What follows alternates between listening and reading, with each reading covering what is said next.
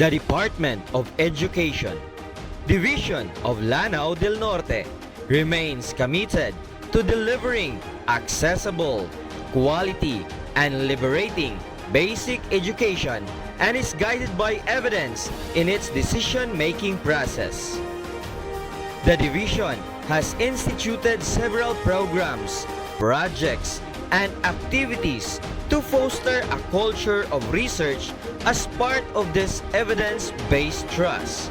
The Division of Lanao del Norte, through the leadership of SDS Edwin R. Maribuhok, CESO 5, has launched the Sarimanok International Research Journal, Planning and Research Information System, the LDN Research Excellence Awards, and the LDN Education Research Program that motivate and guide all its teaching and non-teaching personnel in the conduct of research.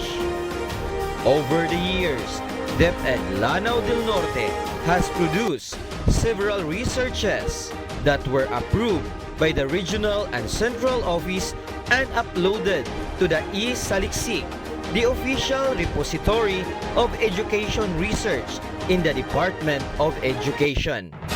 Through research, DepEd Lanao del Norte is actively exploring innovative methods to help school children excel both locally and globally.